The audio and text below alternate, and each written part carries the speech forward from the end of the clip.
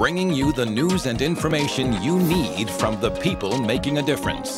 This is Comcast Newsmakers. Welcome back. This is Comcast Newsmakers from the Federal Way Community Center. I'm Tony Ventrella. Thanks for being with us today. Let's welcome Ken Fox, Technical Director, Maple Valley Creative Arts Council. Maple Valley. There was no Maple Valley a few years ago. Suddenly we got 25,000 people. It's a growing Maple area. Valley, Yeah, it is. yeah. And obviously pretty supportive of the arts, right, Ken? They have been, yes, yes. What's happening? You got a big anniversary coming up this summer. We do. This is our 10th annual, or 10th anniversary for our Arts Council.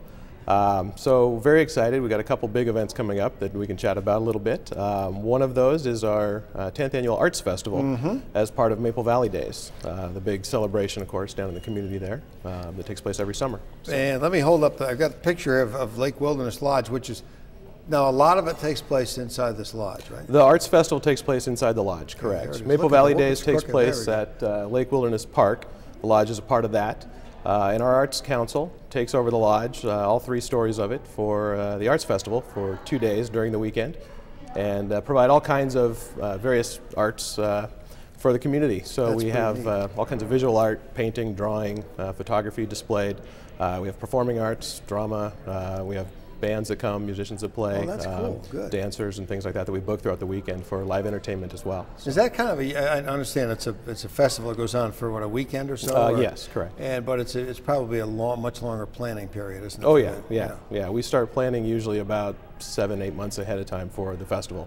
Wow, so there's a long process, of course, with getting artists, signed up and submittal processes like that for their artwork and things. Yeah, it's a process that probably involves more artists than you can handle, right? Am Quite I right a few, about that? yeah. And so we open the period for submittals as long as we can, and then once we're full, we close it. There's only so much space. Do you have a panel that kind of judges who? We do a juried show as part of this as well. Yeah, we started that about 3 years ago, and so it's really grown, and it's a fun weekend. It's a good time. That's a good idea to. Well, I suppose you have to have you could have one person making those decisions. Well, we do bring in a jurist who is a single person who goes through and juries the entire show. Oh, decides who's part of the juried piece, and then selects our award winners and that sort of thing. So and how do you work with that person? I mean, you just kind of let that person know sort of what theme you're looking for, and then they.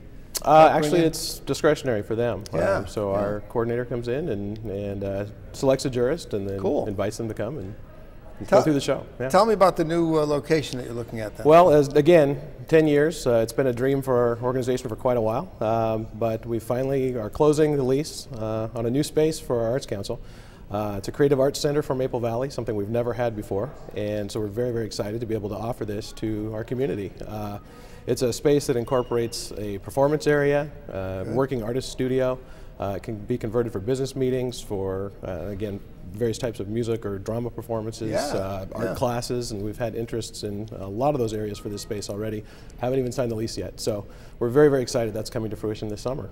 I'm sure you're pleased that there's obviously great support for the arts in Maple Valley then, right? There seems to be. But one of the things that we've noticed is that there hasn't really been a good venue for this kind of thing. And so we're excited that we're finally able to provide that at this point. So we've used local businesses to hang artwork and things like that in the past, but finally we have a home now where we can kind of provide a locale for artists to do their thing. Oh, I think that's great. Is the Arts Festival do you find that there's any kind of net profit for the council out of that, or is it a break-even? Not really, no. But we do receive grants from King County for Culture, which was, of course, formerly known as the King County Arts Commission. Right, that's true. Local coffee company named Java provides us with a great deal of sponsorship. They've been very good to us, and even provided office space to us for several years.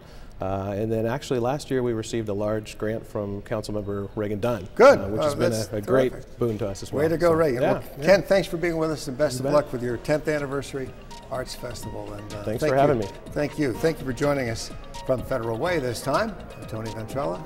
We'll see you next time.